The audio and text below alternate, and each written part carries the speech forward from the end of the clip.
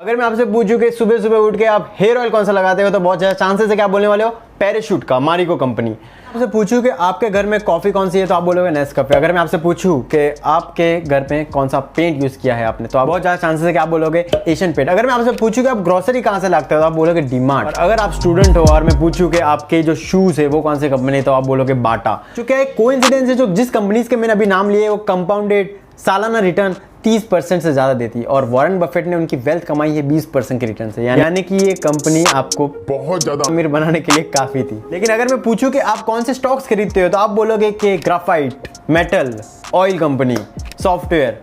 तो ऐसा क्यों नहीं करते हो कि आप ये सब कंपनीज के स्टॉक्स खरीदो बजाय उसके प्रोडक्ट खरीदने के।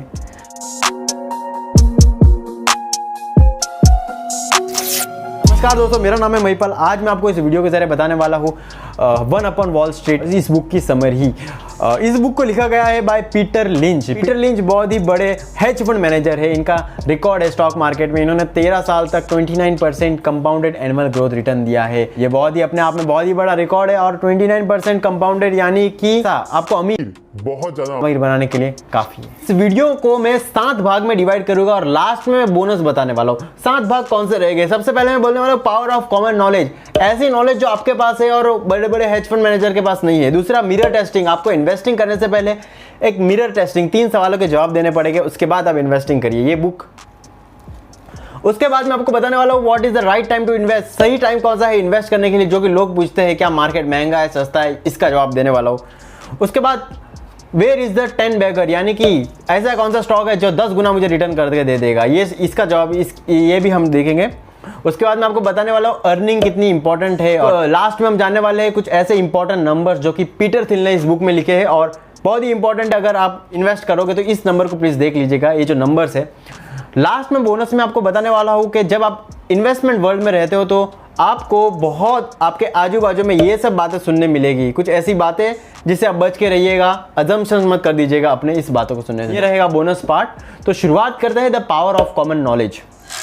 20 साल से सहता रहा तो डिफरेंट कहता रहा, what is different? Maggi sauces, it's different. 20 साल से बता रहा हूँ इट्स डिफरेंट, खरीदते क्यों नहीं हो? और आप हमने सही में नहीं खरीदा। और the power of common knowledge का मतलब ये होता है कि आपके पास ऐसी नॉलेज है जो कि बहुत ही ज़रूरी है। आप डीमार्ट में जाते हो तो डीमार्ट के प्रोडक्ट्स खरीदते हो और आपको मैं बता दूं जो हेज फंड मैनेजर्स होते हैं, जो पेंशन फंड चलाते हैं और जो गवर्नमेंट फंड चलाते हैं, उनके पास इक्विटी एनालिस्ट होते हैं। तो उनका एक पार्ट होता है प्रोडक्ट टेस्टिंग, जिसमें कि उन्हें प्रोडक्ट का टेस्ट करना पड़ता है। और अगर आप नेस्कैफे की कॉफ़ी पीते हो तो आप पहले से प्रोडक्ट टेस्ट कर रहे हो। अगर आप सुबह मारिको का पैराशूट ऑयल लगाते हो तो आप प्रोडक्ट टेस्टिंग कर रहे हो। अगर आपके पास बुलेट गाड़ी है तो आप प्रोडक्ट टेस्टिंग कर रहे हो। अगर आप मैगी खाते हो तो आप प्रोडक्ट टेस्टिंग कर रहे हो। ये सब चीज़ें यूज़ करते करते आप पहले से ही एक पार्ट कर रहे हो जो कि इक्विटी एनालिस्ट करते हैं प्रोडक्ट टेस्टिंग का। ऑथर ने ये कहा है कि जो हेज फंड मैनेजर्स होते हैं, जो बड़े बड़े पेंशन फंड चलाते हैं, उनकी जॉब बहुत ही सिक्योर होती है। अब मैं आप पूछोगे सिक्योर क्यों होती है? उनको ऑलरेडी एक लिस्ट मिलती है, उस लिस्ट में से उन्हें स्टॉक्स खरीदने पड़ते हैं। वो ज़्यादा रिस्की कंपनीज नहीं खरीद सकते, उनको बड़ी बड़ी कंपनीज ही खरीदनी पड़ती है। और आप भी जानते हैं बड़ी कंपनी में रिस्क बहुत जितना ज़्यादा नहीं है, लेकिन रिटर्न बहुत मीडियोकर मिलते हैं बड़ी कंपनीज में से।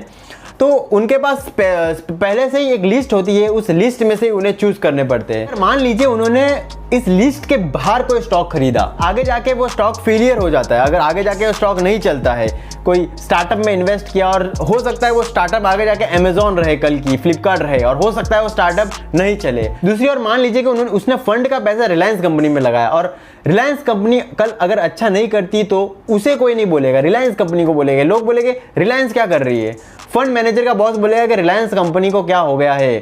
तो इसलिए उनके ऊपर रिस्क रहता है कि अगर वो कोई ऐसा स्टॉक्स चूज करते हैं जो कि लिस्ट में नहीं है तो उनके ऊपर रिस्क होता है। अगर आगे जाके वो कंपनी अच्छी नहीं करती है तो उनको जवाबदारी देनी पड़ती है। इसीलिए वो लोग सेफर साइड होकर बड़ी बड़ी कंपनियां खरीदते हैं, इसलिए उनके पास ज़्यादा रिटर्न का स्कोप नहीं होता। तो आपके पास ऐसा कुछ नहीं है। आपके पास जो कॉमन नॉलेज है उसकी इंपॉर्टेंस क्या है ये आपको समझनी पड़ेगी। उसके बाद मैंने आपको बताया था सेकंड पॉइंट, जो मिरर टेस्टिंग। आप स्टॉक मार्केट में इन्वेस्ट करने से पहले ये 3 सवाल पूछ लेना। पहला सवाल, क्या आपके पास घर है?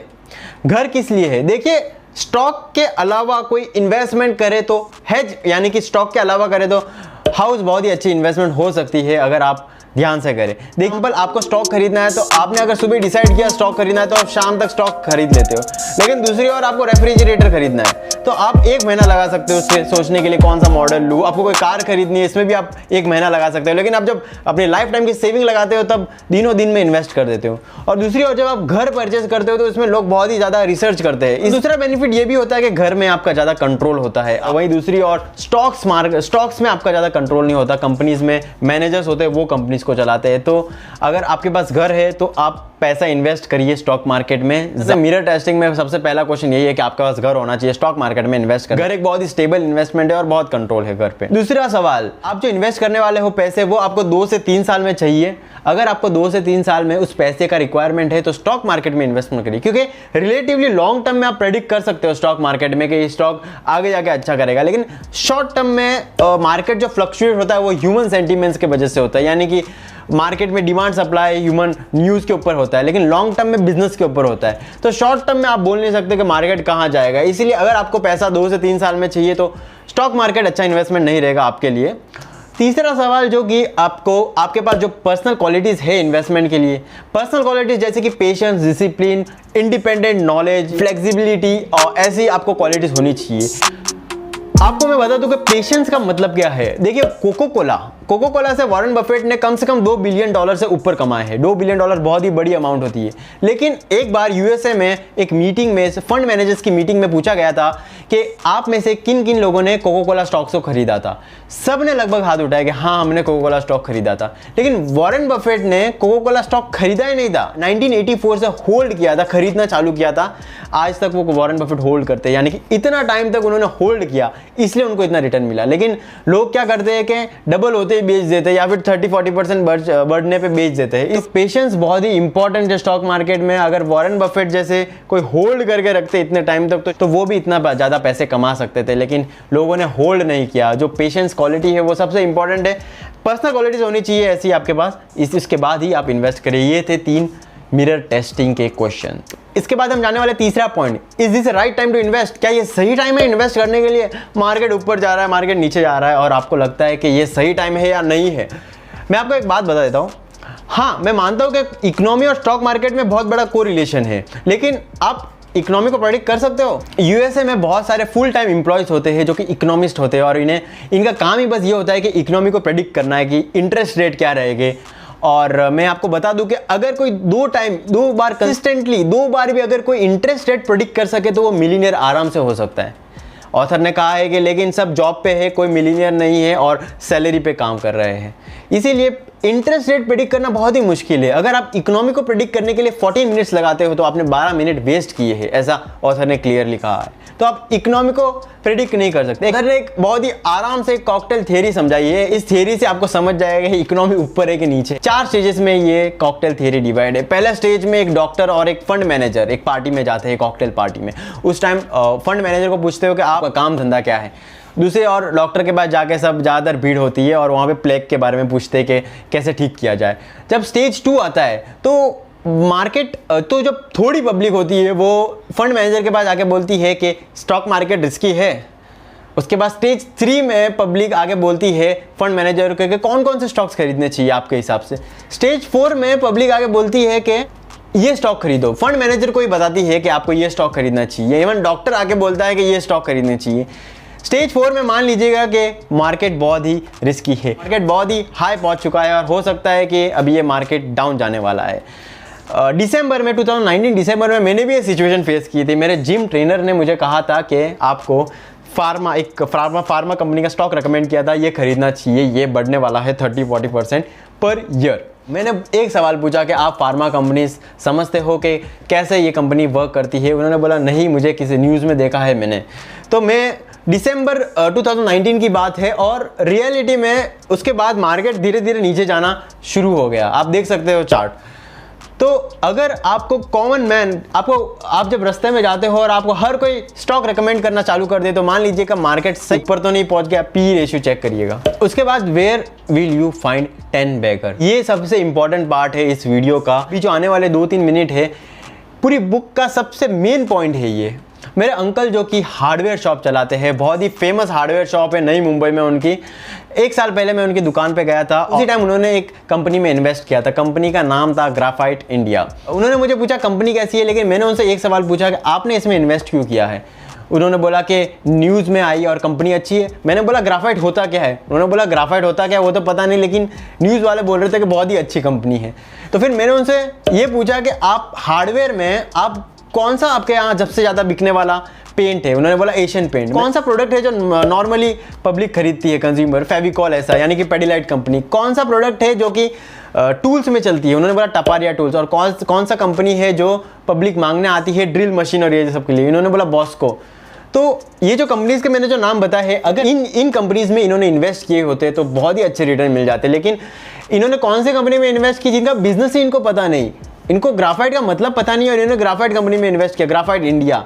वो कंपनी 90% ऑफ द कैपिटल खो चुकी है, इतना स्टॉक डाउन जा चुका है और उनको समझ में नहीं आ रहा बेचे ना बेचे। उन्होंने बहुत ही ज़्यादा कैपिटल इन्वेस्ट कर लिया था। लेकिन कोई नहीं, अगर आप इस वीडियो को देख रहे हो तो आप इस लर्निंग को ले लीजिए कि आप जिस भी सेक्टर में हो, अगर आप एम्प्लॉय हो, अगर आप डीमार्ट में भी काम करते हो तो आपको डीमार्ट का बिजनेस के बारे में जो पता है वो 90% ऑफ लोगों को नहीं पता है। अगर आप डॉक्टर हो तो आपको फार्मा कंपनीज के बारे में पता होना चाहिए। अगर आप जिम ट्रेनर हो तो आपको जिम की जो कंपनीज है लिस्टेड उसके बारे में पता होना। अगर आप CA हो तो आपको हो सकता है कि बैंकिंग और फाइनेंस की ज़्यादा नॉलेज हो, तो उस कंपनी में इन्वेस्ट कीजिए। देखिए जो ये बुक में बहुत ही अच्छी स्टोरी है, यू कैन विन। इसके पेज नंबर 3 में हफीज़ नाम का एक फार्मर था। हफीज़ नाम का फार्मर था और वो बहुत ही खुश था अपनी लाइफ में। एक बार बहुत ही बुद्धिमान व्यक्ति उसके लाइफ में आके वो बोलता है कि आपको पता है हीरे क्या होते हैं? तो वो बोलता है हीरे क्या होते हैं? हीरे यानी कि डायमंड, और डायमंड अगर आपके पास हो तो आप सबसे ज़्यादा महंगे होते हैं और आप इस कंट्री को भी खरीद सकते हो। तो हफीज़ रातों रात सोचने लग जाता है कि ऐसी भी कोई चीज़ होती है। अपने घर को, अपने जो महल को बेच के चला जाता है और डायमंड के खोज में। बहुत टाइम हो जाता है लेकिन डायमंड तो मिलता नहीं है, लेकिन जो भी पैसे थे वो सब चले गए, फैमिलीज़ को लेके बाहर चला जाता है। लेकिन एक बार जिस आदमी को उसने वो घर महल बेचा होता है, वो आदमी पानी पिला रहा होता है कैमल्स को, और पानी पिलाते पिलाते उसे एक स्टोन दिखता है जो कि बहुत ही चमक रहा होता है। उसे अच्छा लगता है वो स्टोन, वो ला के अपने महल में रख लेता है सामने। एक बार वही वाइज मैन आके पूछता है कि हफीज़ कहाँ है? उन्होंने बोला हफीज़ तो चला गया मुझे ये घर बेच के। उसके बाद वो जो स्टोन होता है उसे वाइज मैन देख के बोलता है ये तो हीरा है, ये तो बहुत ही महंगा है। तो उन्होंने बोला नहीं, ये तो एक पत्थर है, ये तो बहुत सारे पड़े हैं हमारे गार्डन में। तो वो जब जाके देखते हैं तो रियल में वो डायमंड्स होते हैं। और इस मॉरल ऑफ द स्टोरी है कि आपके पास जो नॉलेज है वो रियल में डायमंड है। दूसरे अपॉर्चुनिटीज़ देखने जाते हो, लेकिन आपके पास जो अपॉर्चुनिटीज़ है वो देखिए पहले। आप जिस फील्ड में काम करते हो उस फील्ड में क्या अपॉर्चुनिटी है, जिस फील्ड में आप काम करते हो उस सेक्टर के जो स्टॉक्स है उसे देखिए, उसे समझिए और उसी में इन्वेस्ट करिए। वॉरेन बफेट नहीं कहते हैं कि ज़्यादा स्टॉक्स खरीदिए, 10 से 15-20 स्टॉक्स बहुत हो जाते हैं।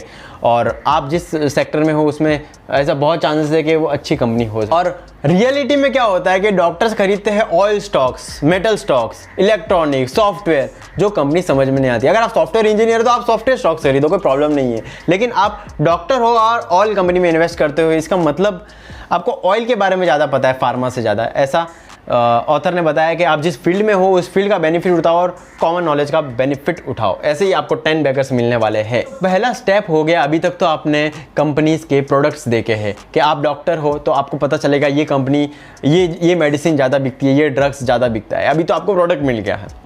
अभी प्रोडक्ट मिलने के बाद ये तो पहला स्टेप हुआ। अभी देखिए क्या इस प्रोडक्ट का कंपनी के बॉटम लाइन में क्या इफेक्ट है। बॉटम लाइन यानी कि कंपनी की जो नेट प्रॉफिट होती है, यानी कि नीचे जो मेन प्रॉफिट होता है उसमें इसका क्या इफेक्ट है, कितने परसेंटेज ऑफ दी प्रॉफिट ये प्रोडक्ट कवर करता है। उसके बाद आपको लगता है कि हाँ अच्छे खासे प्रोडक्ट है और अच्छे खासे प्रॉफिट कवर करता है। उसके बाद आपका एक क्वेश्चन रहेगा कि स्टॉक्स को बेचे कब, खरीदे कब। इसके लिए ऑथर ने 6 कैटेगरीज दी है। उस 6 कैटेगरीज में आप स्टॉक्स को डिवाइड करिएगा। 6 कैटेगरीज में जैसे ही आप स्टॉक्स को डिवाइड करते हो आपको पता चल जाएगा कि स्टॉक्स को बेचना कब है और होल्ड कब करना है।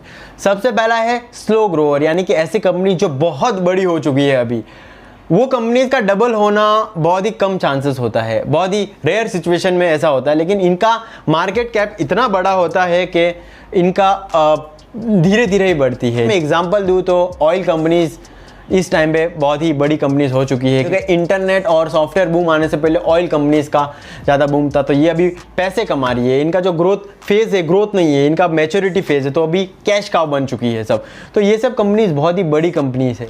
अभी सिर्फ आप डिवाइड करके रख लीजिए कंपनीज में, बाद में मैं आपको सेल कब करना है, परचेस कब करना है, उसकी स्ट्रेटेजीज बोलूँगा। जैसे ही आप आगे जाओगे आपको समझ जाएगा कि सेल परचेस कब करना है। अभी बस आप जो कंपनीज आप चूज़ करते हैं उसको डिवाइड कर दीजिए कि ये कंपनीज कौन सा कैटेगरी में फॉल करती है। तो सबसे पहले आपने देख लिया कि ये कंपनी बहुत ही बड़ी है।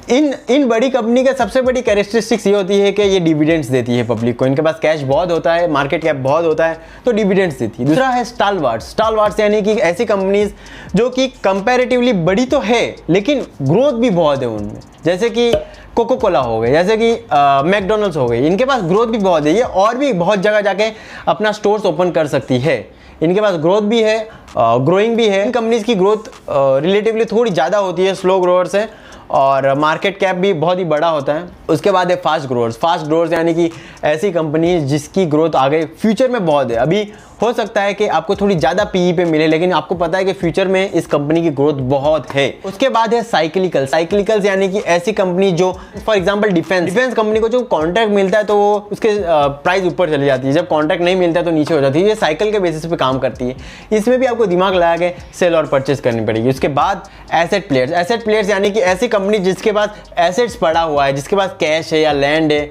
ऐसे इंटेंजिबल एसेट्स भी हो सकते हैं, जैसे एसेट्स है लेकिन पब्लिक को अभी तक दिख नहीं रहा है कि इसके पास क्या एसेट्स है, वो आप ढूंढ सकते हो। अगर आपको वो कंपनी है तो आप देख सकते हो कि हाँ इसके पास इतना एसेट्स है, लेकिन मार्केट में अभी तक रिफ्लेक्ट नहीं हुआ है। उसके बाद टर्न अराउंड यानी कि ऐसी कंपनीज जो कि अभी रिकंस्ट्रक्शन फेज पे चल रही है, जैसे कि फॉर एग्जाम्पल येस बैंक के बारे में मैं कोई कमेंट नहीं करूँगा, लेकिन हाँ रिकंस्ट्रक्शन फेज में चल रही है। मैंने कुछ ना तो बैलेंस शीट पढ़ी है ना कोई न्यूज़ पढ़ी है, मैं बस ऐसे ही बोल रहा हूँ। सबसे बड़ा एग्जांपल है इसका एप्पल कंपनी का जब टर्न अराउंड हुआ था तो वो फेज़ में थी वो टर्न अराउंड के, अभी तो बहुत ही बड़ी कंपनी हो चुकी है। तो ये कंपनी ज़्यादातर रिस्की होती है इन्वेस्ट करने के लिए। तो ये 6 कैटेगरीज में आपने उस स्टॉक को डिवाइड कर लिया है। पार्ट 5 में मैं आपको बताने वाला हूँ अर्निंग के बारे में कि अर्निंग कितनी इंपॉर्टेंट है। चाइना के साथ इंडिया की वॉर होने वाली है, पाकिस्तान के साथ वॉर होने वाली है, पॉलिटिकल ये होने वाला है। लॉन्ग टर्म में कोई मैटर नहीं करता, क्योंकि अभी तक इतनी सारी वॉर हुई है, बहुत सी चीज़ें हुई है, कोरोना वायरस से भी डेंजरस वायरस आया हुआ था। लेकिन दुनिया भर के स्टॉक मार्केट में कंपनीज के लिए एक ही चीज़ मैटर करती है, एक ही चीज़ यानी कि अर्निंग, कंपनी पैसा कितना कमाती है। इसके पहले मैंने आपको 6 कैटेगरीज में कंपनीज डिवाइड करनी कही थी। ये 6 कैटेगरीज का इंपॉर्टेंस मैं बताता हूँ। इन सिचुएशन 50% जब अप हो जाती है तो आपको कन्फ्यूजन होगी कि इसे बेचे या ना बेचे। तो अगर ये फास्ट ग्रोअर है यानी कि अभी तक ये कंपनी बढ़ने वाली है, ये कंपनी ऐसी है जो कि बहुत 10 बैगर 20 बैगर, ये रॉयल इनफील्ड, ये आइशर मोटर है आपकी। ये इस कंपनी को अगर आप 20 साल तक होल्ड करके रखते हो तो आपको इतना पैसा कमा के दे सकती है जो कि कोई बिजनेस नहीं दे सकता दुनिया का। 50% के आसपास कंपाउंडेड एनुअल ग्रोथ होती है इसकी। और लोग क्या करते हैं कि 30% 50% बढ़ने पे बेच देते हैं, लेकिन आपको देखना है कि अगर ये बड़ी कंपनी है यानी कि स्लो ग्रोअर है और ये 30% 50% बढ़ती है तो आपको बेच देना चाहिए, क्योंकि ये इतना बड़ा ग्रोथ बड़ी कंपनी में मुश्किल है। अगर ये टर्न अराउंड है तो उस हिसाब से आपको देखना चाहिए। इसीलिए आपको सेलिंग और बाइंग में बेनिफिट करेगा अगर आप 6 कैटेगरीज में कंपनीज को डिवाइड करते हो। तो अभी आप आते हैं अर्निंग पे कि अर्निंग कितनी इंपॉर्टेंट है। अर्निंग में भी स्पेसिफिकली आपको देखना है पी रेशियो, कंपनी की पी रेशियो क्या है और कंपनी के जो इंडस्ट्री है एवरेज पी रेशियो क्या है, ये आपको देखना है। और आपने जो कैटेगरी में कंपनीज को डिवाइड किया है उसमें आपको एक स्टोरी रखनी है। फॉर एग्जांपल आप डीमार्ट का स्टॉक खरीदते हो तो आप किस बेसिस पे खरीदते हो कि आज कंपनी के पास एक्स नंबर ऑफ स्टोर्स है, कल जाके कंपनी के पास ग्रोथ का अपॉर्चुनिटी है, कंपनी ने सिर्फ अभी नॉर्थ साइड में और साउथ साइड में बाकी है कंपनी का ईस्ट साइड में पूरा बाकी है एक्सपेंशन प्लान, इसलिए आपकी ये स्टोरी हो सकती है। अगर कंपनी के स्टोर्स बंद होने जाते हो तो यानी कि आपके स्टोरीज़ में नेगेटिव इफेक्ट आ रहा है और वो टाइम हो सकता है आपका बेचने का। तो हर एक कंपनी को खरीदते टाइम एक स्टोरी बना लीजिए कि ये आपकी स्टोरी है, जो कि आप बच्चों को भी बोल सको कि इस कंपनी को मैंने इसलिए खरीदा है क्योंकि इस कंपनी के पास ये प्लान्स है, इस कंपनी ने ये कहा था और ये कंपनी ऐसे ग्रो होगी। तो ये आपको स्टोरी हर एक कंपनी को देनी पड़ेगी। अगर ये समझो टर्न अराउंड है तो अगर ये कंपनी का कर्जा इतना कम होता है तो इसलिए मैंने इन्वेस्ट किया है कि ये कंपनी का कर्जा इतना कम हो गया है और आगे जाके ये अच्छी करेगी, तो ये टर्न अराउंड की स्टोरी होगी। अगर ये फास्ट ग्रोअर है तो आपकी स्टोरी हो सकती है कि इसकी जो डिमांड है मार्केट में वो बहुत ही ज़्यादा है, अगर डिमांड कम होने आ गई तो आप बेच सकते हो। तो ये स्टोरी का बेनिफिट होता है, हर एक कंपनी में एक स्टोरी डालनी पड़ेगी आपकी जो कि छोटी हो और आप किसी को भी समझा सको। अभी आते हैं 7वें पॉइंट के, जो कि सम फेमस नंबर, ऐसे नंबर्स जो कि देखने बहुत ही इंपॉर्टेंट है। अगर आप ये नंबर्स को अच्छे से एनालाइज करते हो तो आप लगभग पूरा फंडामेंटल एनालिसिस कर रहे हो इस कंपनी। सबसे पहला नंबर होता है कि percentage of sale of the product देखना है। आपने जो प्रोडक्ट चूज किया है, जिस बेसिस पे आपने कंपनी को खरीदा है, उसका परसेंटेज क्या है सेल्स पे, वो आपको देखना है, वो ज़्यादा होना चाहिए। उसके बाद आपको कंपनी की पी रेशियो देखनी है। पी यानी कि आप मेरा प्रीवियस ये वीडियो देख सकते हो, इस वीडियो में आपको पी के बारे में पता चल जाएगा। पी यानी कि price to earning. For example इस कंपनी के 10 पी रेशियो, यानी कि इस कंपनी के अर्निंग से आपके जो पैसे भरे इनिशियल इन्वेस्टमेंट, वो कवर करने के लिए 10 साल लग जाएंगे। अगर आपको डिटेल में समझना तो इस वीडियो को आप देख सकते हो, मैंने बहुत अच्छे से समझाया पी रेशियो क्या होती है।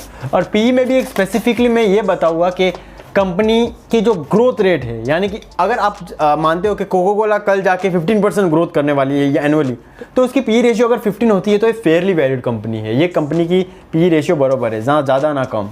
उसके बाद आपको देखना है कि कैश पोजीशन क्या है, कंपनी के पास कैश कितना है। कैश एक रियल बैलेंस होता है, बैंक में बैलेंस कितना है। आपको ये भी देखना है कैश पर शेयर कितना है, क्योंकि आपकी सेफ्टी के लिए अगर कैश पर शेयर कभी कभी बाय चांस मार्केट उसे अंडर वैल्यूड कर लेता है और मार्केट की इस गलती का फ़ायदा उठा सकते हो। फॉर एग्जांपल आप देखते हो कि कंपनी के पास कैश इतना सारा है, कैश पर शेयर इतना सारा है और कंपनी मार्केट में उस लेवल पे ट्रेड नहीं कर रही, तो आप कंपनी को खरीद सकते हो। तो आपको कैश देखना चाहिए कंपनी में कितना। आपको कंपनी में देखना है कि कंपनी के पास कर्जा कितना है। आपको डेब्ट टू इक्विटी रेशियो देखनी चाहिए, कंपनी के पास कर्जा कितना है। डेब्ट टू इक्विटी रेशियो आपको स्किनर पे और कहीं पे भी मिल जाए, स्किनर पे मिल सकती है और मनी कंट्रोल पे भी मिल जाएगी। आपको सब ईजिली आपको देखना है कि कंपनी का डेप्थ कितना और उसकी इक्विटी कितनी है। उसकी इक्विटी ज़्यादा होनी चाहिए और डेप्थ कम होना चाहिए, वरना कंपनी के इंसॉल्वेंसी के चांसेस ज़्यादा हो जाती है अगर ज़्यादा कर्जा लेके कंपनी खराब परफॉर्म करती है। तो आज आपको देखना है कि कंपनी डिविडेंड देती है कि नहीं। अगर कंपनी स्लो ग्रोअर है, यानी कि बड़ी कंपनी है, कंपनी का कैश रहेगा और वो डिविडेंड नहीं दे रही है, तो आप शायद स्टॉक्स को बेचने में ही भलाई है, क्योंकि हो सकता है कि ये सत्यम जैसी कंपनी हो। तो आपको अगर बड़ी कंपनी में आप इन्वेस्ट करते हो तो डिविडेंड ऑब्वियसली आपको मिलना चाहिए। अगर डिविडेंड नहीं मिले तो कंपनी की ग्रोथ होनी चाहिए। जैसे वॉरेन बफेट की कंपनी बर्कशायर है तो डिविडेंड नहीं देती, लेकिन कंपनी की ग्रोथ ही ऐसे होती है कि उसकी एक शेयर की वैल्यू करोड़ में है, अगर मैं इंडियन रुपीस में बात करूँ तो। उसके बाद आपको कंपनी की बुक वैल्यू देखनी चाहिए। अभी मैं आपको एक इंपॉर्टेंट सी बात बताता हूँ। बुक वैल्यू के हिसाब से जब भी आप इन्वेस्ट करते हो तो आपको एक चीज़ दिमाग में रखनी है कि कंपनी के पास जो लाइबिलिटीज़ है वो रियल लाइबिलिटीज़ है, यानी कि वो पैसा देना ही देना पड़ेगा कंपनी के पास। लेकिन कंपनी के पास जो एसेट्स है वो रियल एसेट्स नहीं है। हो सकता है कि वो ओवर वैल्यूड हो, ओके। अकाउंटिंग से मैनिपुलेशन भी हो सकती है। फॉर एग्जांपल अगर आप कंपनी में इन्वेस्ट करते हो और आप देख रहे हो कि कंपनी के पास डेप्थ इतना है, लेकिन कंपनी के पास जो एसेट्स है उसमें एसेट्स में भी इन्वेंट्री में अगर आप जाओगे तो इन्वेंट्री में वर्क इन प्रोग्रेस वाली जो इन्वेंट्री है, कंपनी एक टी शर्ट बनाती है, तो टी शर्ट बनाने का एक प्रोसेस होता है। सबसे पहले कॉटन आता है, कॉटन के बाद जो प्लेन टी शर्ट बनेगा, फिर वो फिनिश गुड जो फाइनल टी शर्ट बनना है। लेकिन कॉटन अगर मार्केट में बेचने जाएगी तो बिक जाएगा, फिनिश गुड भी बेचने जाएगी तो बिक जाएगा, लेकिन बीच वाला जो टी शर्ट है जो बीच में वर्क इन प्रोग्रेस है वो बिकेगा नहीं। तो वो भी उसकी जो वैल्यू है वो भी एसेट्स में इंक्लूडेड होती है। तो एसेट्स को आपको अच्छे से एनालाइज करना है और बुक वैल्यू के बेसिस पे आप करते हो तो कंजर्वेटिव वे में आपको जाना है। आपको एग्जैक्टली बुक वैल्यू नहीं देखनी है, आपको एसेट की वैल्यू ध्यान से देखनी है और आपको ये वर्क इन प्रोग्रेस और ये सब हटा देना है एसेट की वैल्यू से, तभी आप एग्जैक्टली अपने हिसाब से इंडिपेंडेंट वे में बुक वैल्यू कैलकुलेट करके इन्वेस्ट। अगर हिडन एसेट ये एक ऐसा नंबर है जो कि आपको बहुत ही अकाउंटिंग की नॉलेज है या फिर एक इंडस्ट्री के बारे में इन डेप्थ नॉलेज है, तभी आपको पता लगता है। हिडन नंबर यानी कि कोई कैश का बैलेंस हो सकता है, यानी या फिर हो सकता है कि उसकी जो कोको कोला का एग्जांपल लेते हो, कोको कोला का जो इनटेंजिबल एसेट है वो बहुत ही ज़्यादा है। हो सकता है कि कंपनी ने अकाउंटिंग रेस्ट्रिक्शन के वजह से बैलेंस शीट में वो नहीं दिख रहा हो, लेकिन कोको कोला की पॉपुलैरिटी देख के आपको लगता है कि हाँ इसका एसेट ज़्यादा है। तो ये सब हिडन एसेट होते हैं, इसके लिए बहुत ही ज़्यादा नॉलेज चाहिए रहती है। उसके बाद आपको देखनी है इन्वेंट्री। इन्वेंट्री में आपको बहुत ही ज़्यादा इंसाइट्स मिलने वाली है। देखिए कंपनी में ज़्यादातर फीफो और लीफो मेथड फॉलो होता है। फीफो यानी कि first in first out, LIFO यानी कि लास्ट इन लास्ट आउट। 30 साल पहले कंपनी ने गोल्ड खरीदा था $40 पर आउंस और कल ही कंपनी ने गोल्ड खरीदा है $400 पर आउंस। तो अभी जब कंपनी सेल करने वाली है वो $450 पर आउंस पे सेल करने वाली है। यानी कि अगर मैं फीफो मेथड लगाता हूँ और लीफो मेथड लगाऊँ तो दोनों में प्रॉफिट बहुत ही ज़्यादा चेंज हो जाएगा। अगर मैं फीफो मेथड लगाता हूँ यानी कि 450 जो सेल्स क्या है minus first in first out, यानी फर्स्ट कौन सा आया था, वो पहले 30 साल वाला फर्स्ट आया था, अगर वो बिका नहीं है तो वो पहले माइनस करेगा, यानी कि 40, तो 40 में से माइनस करूंगा तो 410 मेरा प्रॉफिट होगा। अगर मैं लीफो मेथड यूज करता हूँ तो 450 माइनस जो यस्टरडे आया था लास्ट इन फर्स्ट आउट, जो लास्ट आया था 400 वाला, वो माइनस करूंगा, मेरा प्रॉफिट होगा 50 रुपीज। एक साइड होता है 410, दूसरी साइड होता है 50, यानी कि प्रॉफिट में इतना बड़ा डिफरेंस आ सकता है इन्वेंट्री के वजह से। इसलिए आपको इन्वेंट्री का नंबर बहुत ही अच्छे से चेक करना चाहिए। और दूसरा आपको ये भी चेक करना चाहिए कि कंपनी की जो सेल्स ग्रोथ हो रही है और कंपनी की जो इन्वेंट्री ग्रो हो रही है, क्या उसका डिफरेंस, उसमें कोरिलेशन चेक करना है। फॉर एग्जांपल कंपनी की जो सेल्स है वो 10% बढ़ रही है, कंपनी की इन्वेंट्री 30% बढ़ रही है, तो ये नेगेटिव साइन है। मैं आपको बताता हूँ क्यों। कंपनी कार मैन्युफैक्चर करती है तो कोई प्रॉब्लम की बात नहीं है, लेकिन क्योंकि अगर इन्वेंट्री पड़ी है तो वो बेचना तो पड़ेगा इन्वेंट्री, और ये पुरानी इन्वेंट्री होती है, तो पुरानी इन्वेंट्री अगर आप नए मार्केट में सेल करने जाते हो तो हो सकता है उसे नया वाला दाम ना मिले। तो ऑटो कंपनी है तो ज़्यादा कंपनी नहीं होगी। फॉर एग्जाम्पल 5 लाख की गाड़ी है तो वो 5 लाख से 20-30 हज़ार या 50 हज़ार ऊपर नीचे हो सकती है। लेकिन अगर आप कपड़े बेचते हो और आपके पास बहुत सारी इन्वेंट्री पड़ी है पुरानी, क्लोथिंग इंडस्ट्री में ट्रेंड बहुत जल्दी चले जाते हैं, तो ट्रेंड चेंज होते रहते हैं। तो अगर 1 साल के बाद उस कंपनी में जो कपड़े उन्होंने जो बनाए थे फिनिश गुड, जो इन्वेंट्री बहुत सारी पड़ी है, उसका ट्रेंड ही चला गया, तो वो अगर 300 रुपये का शर्ट होगा तो वो 300 में नहीं बिकेगा, वो 30 रुपये में भी बिक सकता है। तो आपको ध्यान देना है कि जो इन्वेंट्री कंपाइल हो रही है, इन्वेंट्री ग्रोथ हो रही है, वो ज़्यादा नहीं होनी चाहिए, सेल्स के हिसाब से ही होनी चाहिए या सेल्स से कम। बाद आपको ध्यान देना है कि कंपनी का पेंशन प्लान और ऐसे बहुत से प्लान्स होते हैं जो एम्प्लॉयज़ के लिए कंपनी फंड रखती है अलग से। अगर for example unfortunately company insolvent हो जाती है और कंपनी में सब एसेट्स बेचती है कंपनी, तो सबसे प्रायोरिटी कंपनी की यही होती है कि इस फंड के रेगुलेशंस को कंप्लाई करके इनको पहले एम्प्लॉयज़ की पेमेंट करनी पड़ती है। ये तो 7 चीज़ जो कि बहुत ही इंपॉर्टेंट है इस बुक में, मैंने आपको बता दी है। लेकिन अभी आते हैं बोनस पार्ट। अगर आप अभी तक इस वीडियो को देख रहे हो तो इस बोनस पार्ट का आपको बेनिफिट दे के ही रहूँगा, क्योंकि ये बहुत ही इंटरेस्टिंग है। देखिएगा, बोनस पार्ट में मैं आपको 2 चीज़ें बताने वाला हूँ, ऐसी कुछ चीज़ें जो कि ऑथर पीटर लिंच, इनकी स्टाइल है, ये जब स्टॉक चूज़ करते हैं तो ये सब चीज़ें देखते हैं और ये अपनी उनकी स्टाइल है, तो ये सब उनकी स्टाइल में आपको बताने वाला हूँ। और दूसरी चीज़, मैं ऐसी कुछ बातें बताने वाला हूँ जो स्टॉक मार्केट में आप इन्वेस्ट करने जाओगे तो ऐसी पब्लिक आपको मिलेगी, और अगर आप न्यू इन्वेस्टर हो या फिर आप बहुत टाइम से इन्वेस्ट करते हो, ऐसे लोग, ऐसी कुछ बातें आपको नॉर्मली मिलने वाली है जो कि बहुत डेंजरस हो सकती है आपके लिए। पीटर लिंच इन्वेस्ट करते हैं तो ये 13 एट्रीब्यूट्स है जो कि देखते हैं।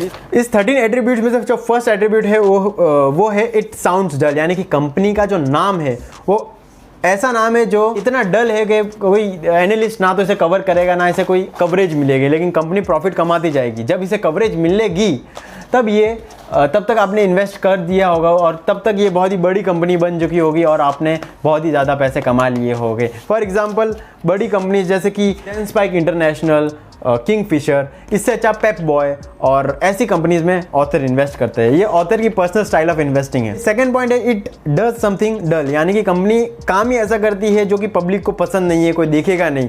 कंपनी प्रॉफिट कमाएगी लेकिन अभी तक मार्केट ने उसे वो रिवॉर्ड नहीं, लेकिन अभी तक मार्केट ने उसे रिकग्नाइज नहीं किया, बाद में आगे जाके कर सकती है। जैसे कि कंपनी बॉटल कैप बनाती है, कंपनी जूते बनाती है, कंपनी कार को रेंट करती है, ऐसे काम। उसके बाद it does something which is disagreeable, यानी कि जैसे कि कोई क्लीनिंग का काम, जैसे कोई ड्रेनेज का, ऐसे काम करते ऐसे कंपनी जो कि डिसएग्रीएबल है, मार्केट कोई देखेगा भी नहीं, कोई फंड मैनेजर न्यूज़ में कोई कवर भी नहीं करेगा कि ऐसी कंपनीज का एनालिसिस करना। तो ये ऑथर ज़्यादातर ये कंपनीज को देखते हैं जहाँ पे लोगों की नज़र नहीं है। उसके बाद है जिसके बारे में इंस्टीट्यूशन की होल्डिंग बहुत ही कम है, या फिर वो स्पिन ऑफ है। स्पिन ऑफ यानी कि बड़ी कंपनीज क्या होती है कि अपने जो छोटे यूनिट्स होते हैं वो ज़्यादा प्रॉफिट कभी कभार देते हैं तो वो अलग से लिस्टेड कंपनी कर लेते हैं ताकि वो अपना अलग बिजनेस ऑपरेट करें, तो वो कंपनीज के ऊपर भी बहुत ही ज़्यादा फोकस करते हैं। उसके बाद र्यूमर्स होते हैं जैसे ऐसे कंपनीज़ के बारे में, जैसे कि ये माफिया वाली कंपनीज़ है, जैसे कसिनो बहुत ही ज़्यादा प्रॉफिट कमा के दे सकता है, लेकिन पब्लिक को ऐसा लगता है कि ये माफिया टाइप और या फिर कुछ रेस्ट्रिक्शन और ऐसा लगता है, इसलिए जनरल पब्लिक उससे दूर ही होती है और इन्वेस्टर्स भी बड़े बड़े से दूर होते हैं। लेकिन कंपनी प्रॉफिट जनरेट करके दे रही है और आगे जाके जब कंपनी बहुत ही ज़्यादा ग्रोथ करने वाली है, जब मार्केट की जब नज़र पड़ती है कि इतना पैसा है कंपनी के पास, तब मार्केट उसे बहुत ओवर वैल्यू कर देता है और उस टाइम आप निकल सकते हो। ऐसा ऑथर की इन्वेस्टिंग स्टाइल है।